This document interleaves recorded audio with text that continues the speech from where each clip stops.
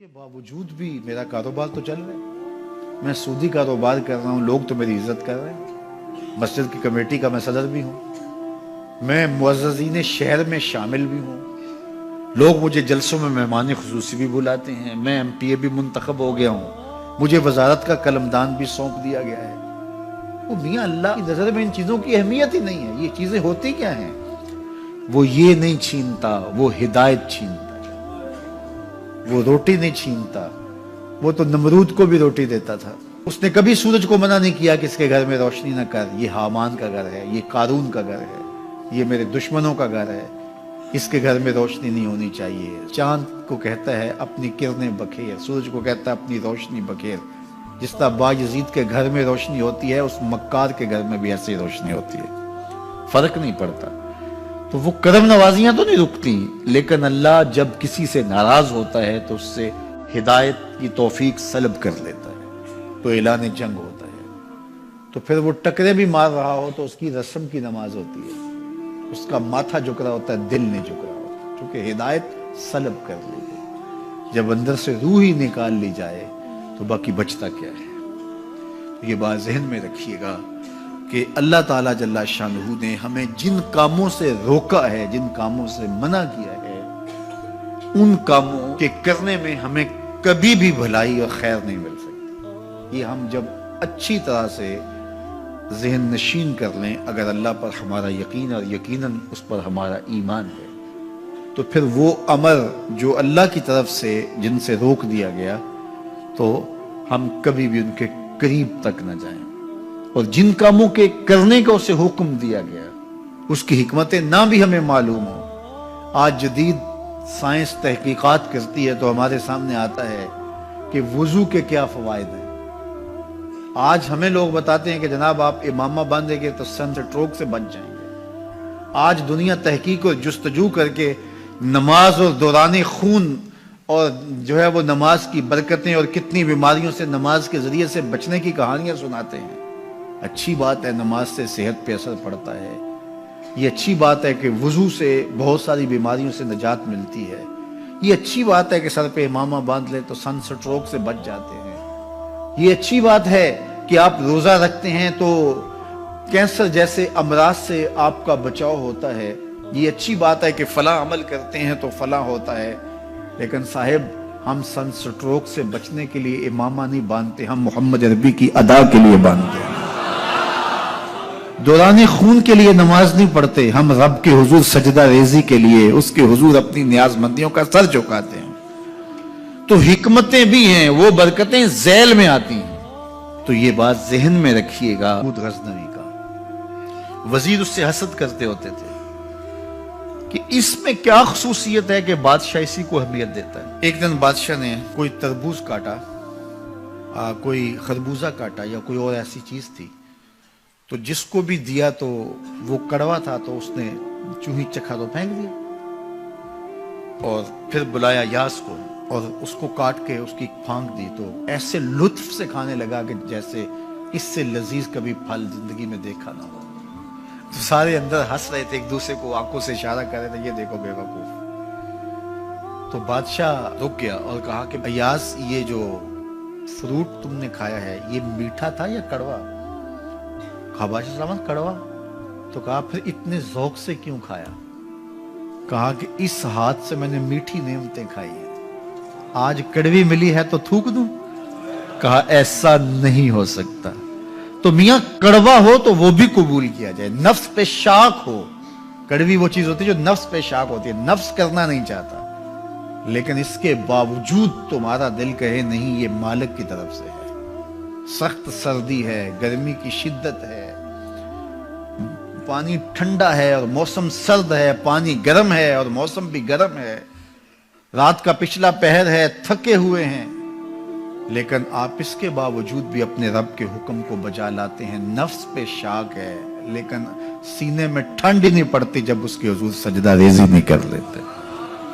تو اس کے حکموں کو بجا لانا اور اپنے نفس کو پیچھے کر دینا اور اپنی خواہشات کے گلے پہ چھری پھیر دینا اور مالک کی رضا میں اپنے آپ کو گم کر دینا، یہی زندگی ہے اور یہی بندگی ہے۔ تو اس لیے مجھے اور آپ کو اس بات پہ غور اور تدبر کرنا چاہیے کہ ہم اس مختصر زندگی کو اللہ کے احکام کی مطابقت میں گزارنے کا عزم کریں، وہ بات چھوٹی سے چھوٹی ہو یا وہ بات بڑی سے بڑی ہو، وہ احکام ہماری زندگی کے اندر نافذ العمل ہو۔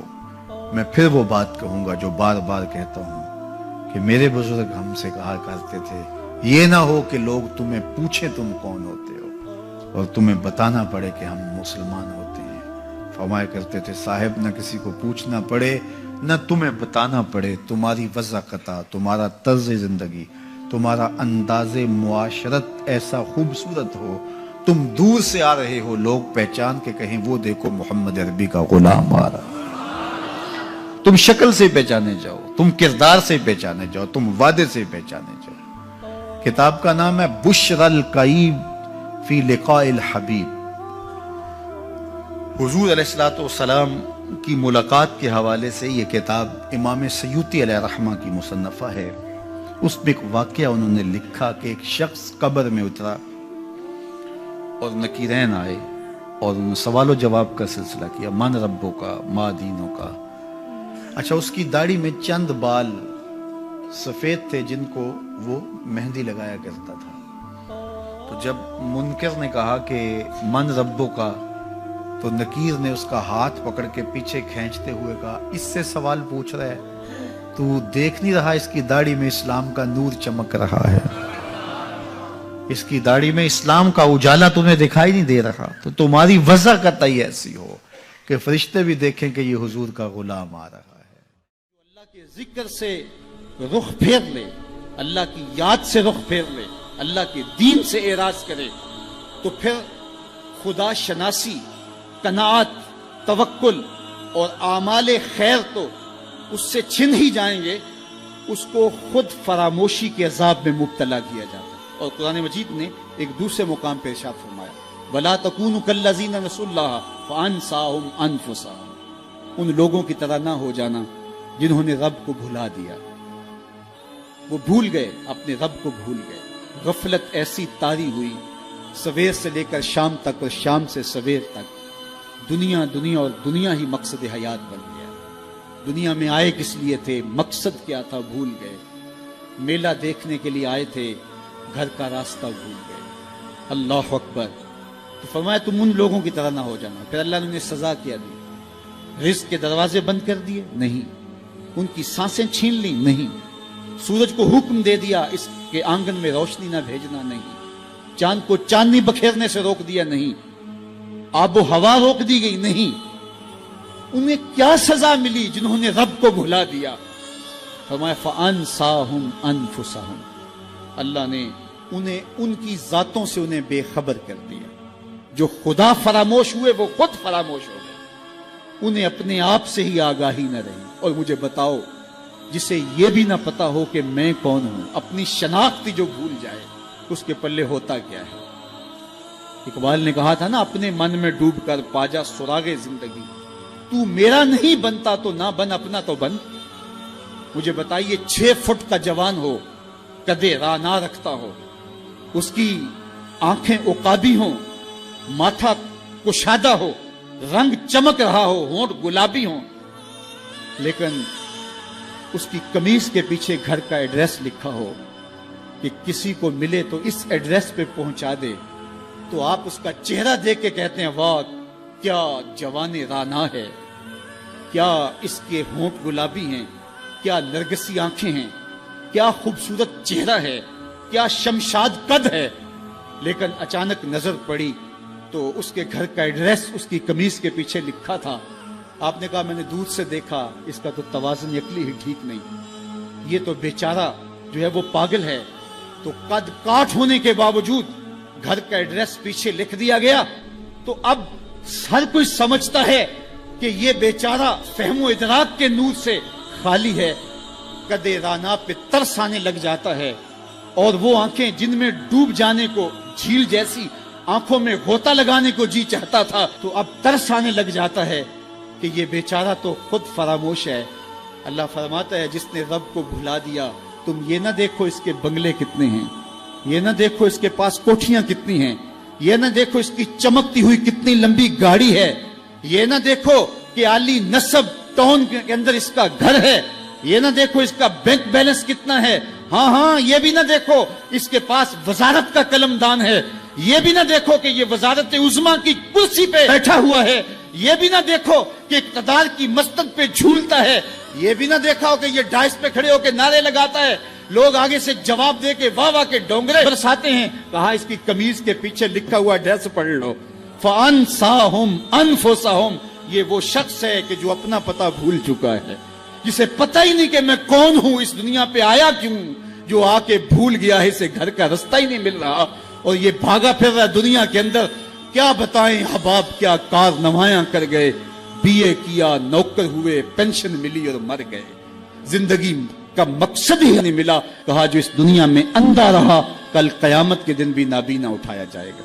اس سے ان آنکھوں کی بے نوری مراد نہیں ہے, اس سے دل کی بے نوری مراد ہے. اسی لیے اقبال نے کہا تھا دل بینا بھی کر طلب خدا سے, کہ آنکھ کا نور دل کا نور نہیں ہے. آنکھ کا نور اور ہے, دل کا نور اور ہے.